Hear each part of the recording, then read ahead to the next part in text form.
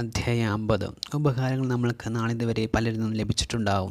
നമ്മൾ ഓരോ സമയത്തും നമ്മുടെ കഴിവിൻ്റെ പരമാവധി ഉപകാരങ്ങൾ അർഹതപ്പെട്ടവർക്ക് ചെയ്തു കൊടുക്കേണ്ടതുണ്ട്. നമ്മൾ ചെയ്യേണ്ട കാര്യങ്ങൾ നമ്മൾ തന്നെ ചെയ്തേ മതിയാകുള്ളൂ. മറ്റുള്ള നമ്മളെ വേദനിപ്പിച്ചു, ദ്രോഹിച്ചു എന്ന് കരുതി നമ്മൾ ചെയ്യേണ്ടതായ ഉപകാരങ്ങൾ ചെയ്യാൻ മടി വിചാരിക്കരുത്. നമ്മൾക്ക് ആരും ഉപകാരം ചെയ്തു തന്നിട്ടില്ല, അതുകൊണ്ട് ആർക്കും തിരിച്ച് ഉപകാരം ചെയ്തു കൊടുക്കേണ്ടതില്ല എന്ന് കരുതരുത്.